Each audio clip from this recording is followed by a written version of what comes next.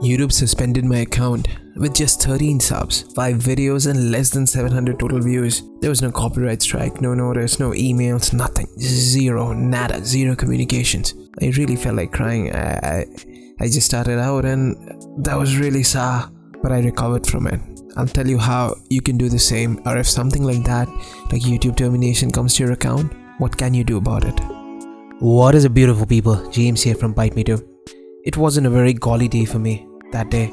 Had long hours at work, and at late evening when I'm back home, I'm chilling, catching up some on YouTube. Hell, I even watched one of my own videos. Quality assurance, I call it. Yeah. Spending time with family, chilling, having dinner. When suddenly my friend texts me like, "Hey, what's wrong with your channel?" I'm like, "What? You don't like my new video? Oh, is it?" Then I check up on it, I just open the channel and boom, your account is terminated. I honestly, I froze. I was like, what the hell did I do wrong? I didn't have anything. I mean, I didn't have any copyrighted music or anything illegally posted up. I didn't put nudity. Nobody wants to see me naked, but anyway, I didn't post it. So, where did I go wrong? The termination for YouTube, it works based on quite a few parameters. So if you acknowledge those parameters and go with it, you should be safe. But that's what I thought. But what did I overlook? So here are the 6 things that I did. First, foremost, I went online, I fired up Chrome and I searched for YouTube account termination. So I went through the guidelines again. Yeah, I did go through the guidelines prior to this, but maybe I missed something, maybe I forgot something. I read it like in Bible through and through once more to see that whether I actually did something wrong. Because if I'm going to file a revocation for this, I need to know that I'm on the clear, that I'm good, right? I've not been naughty this Christmas. Search up on YouTube account termination, it'll bring you to this page. Just go through the guidelines, go through every of those details. You need to know them. If you're going to make it on YouTube, you need to live by them, period. That's it. Second, I check my mails. With YouTube, what happens is you can associate it with a lot of Gmail IDs, you can have managers and stuff. So sometimes when they'll shoot your mail, it'll shoot you to this or that account and you might miss it. I'm not sure whether it'll go to your spam folder, but it can be in updates, promotions and social and all those weird tabs that Gmail has. It might go there. So you need to dig for that email. For my case, I did not get any communication whatsoever. I got nada, zero communication. Checking your emails is very important. From what I gathered from people that I collaborated with, I asked around from other YouTubers who had like around 200, 300 subs. They always shoot out a mail. It sometimes takes a few hours, but they actually shoot out a mail to you. Okay, so go through that mail. Try to hunt for that mail. Third, I went to that account termination page and I submitted the appeal form. Okay, but make sure before you submit the appeal form that you know it is the right call which you're making. Don't just going again, I did nothing, I don't know, I'm the best, what could I go wrong, I didn't put anything. Maybe you did something you didn't know. So go through it once, then you can appeal. Go through it, okay? Make sure that if you're appealing, that you are on the clear. That's it. Okay, that's my piece of advice to you. And do use the appeal form. Do neatly lay out all the things. Don't write a full story. Okay, make it bulleted, make it crisp for people who are going through. Remember, they're going through tons of mails and these texts and they're boring as hell, right? If you're on the other end, think about it. So lay it out for them. Okay, just bullet it out like you're writing a real mail, a proper professional mail. Go it like that. Done. You submitted the appeal form. Next, go up on Twitter. Check whether other accounts were terminated that day. Sometimes few things happen. That's what exactly happened in my case. So you go up on Twitter or you go to Facebook and search for account terminations, YouTube terminations, and check for the latest events. Okay, you go up on Twitter and check whether someone tweeted right now, right then when you also face the same thing that day, maybe that hour, if you can be sure of that hour, right? That'll bring you to it. For my case, that's what exactly I did. I went up on Twitter and I searched and I saw so many people that actually was having their account terminated. And mind you, I had just 13 subs now, so it was nothing. These people had 400,000 subscribers who had got terminated just like that. Famous of which is Sally Green. I had a word with her on YouTube. I hit her up. I was like, something YouTube did wrong that everything got terminated all at once, and maybe they'll revoke it, or something happened mistakenly. It does happen, mind you. YouTube pushes out an update in its algorithm and it's some changes, and poof, before you know it, it's gone.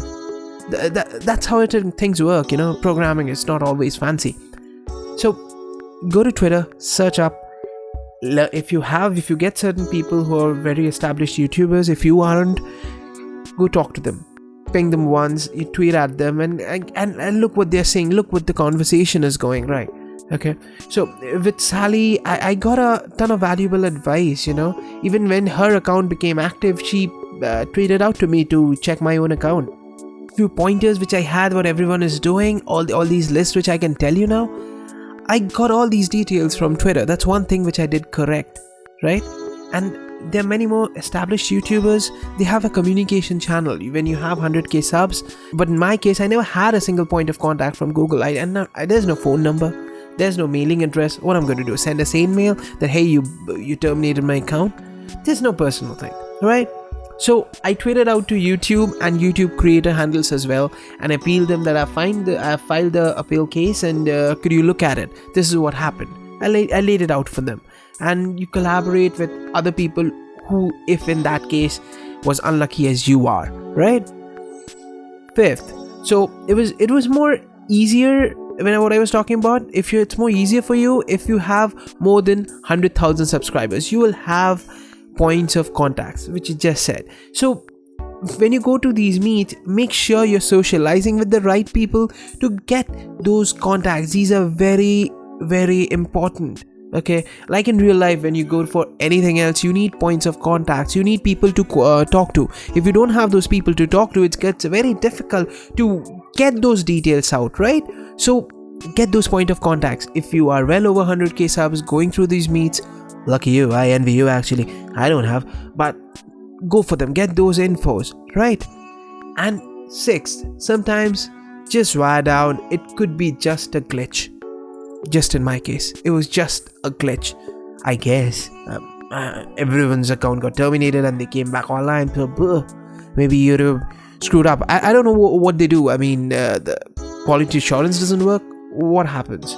Even I program a lot, so I do guess there are little mess ups. That's it. I hope this 6 is what you have, and I hope when you're watching this, it's a glitch for your sake, because we put a ton of effort into YouTube, and if something that goes wrong, it deeply hurts us. I remember feeling so down and blue with just 13k subs. Now imagine what Sally went through with her 500k subs, right? So what are the proactive measures that we can take so that we know we are not in the soup? First, make sure you're not spamming or artificially hiking views based on non-related tags. Small videos and pointing to other main videos of your main channel, the more on these in the terms, read them. There are a lot of small things. The worst case is Google takes spam very seriously, and there is no warning for it. Unlike copyright strikes, there's no warning. There's nothing, boom, off, that's it.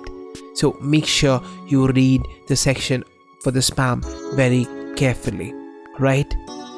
Second, catchy thumbnails. We always do that, right? We love catchy thumbnails, YouTubers. I'm sure you can relate, so that it's more artsy for someone to click and watch your video before they hurt you. That's good, but make sure it's related to your content. Okay, don't put a hot ass pic of a girl or something and make a video about making sushi. Oh, bad example. Sorry. And same with these catchy thumbnails, it's with titles and tags. Make sure they are related. Make sure that the algorithm catches it, it's catchy, but yet it is related. You're not gonna put Beyonce and you make a video about, say, Watch Dogs 2. YouTube algorithms are very good at catching, and they flag out your account. And there's not too much of manual processes involved in this for initial level YouTubers, so make sure you're doing it right. And rest anyways, don't worry so much. Hopefully your things get cleared. If there's anything, hit me up on the comments below. I'll sure to answer your query back. And rest, just carry on, stay fresh. If you're a creator, keep creating and subscribe for more weekly tech and gaming madness here on Byte Me Too. Do drop a like if this helped and share with someone you know who's just getting their feet wet on YouTube. Bye.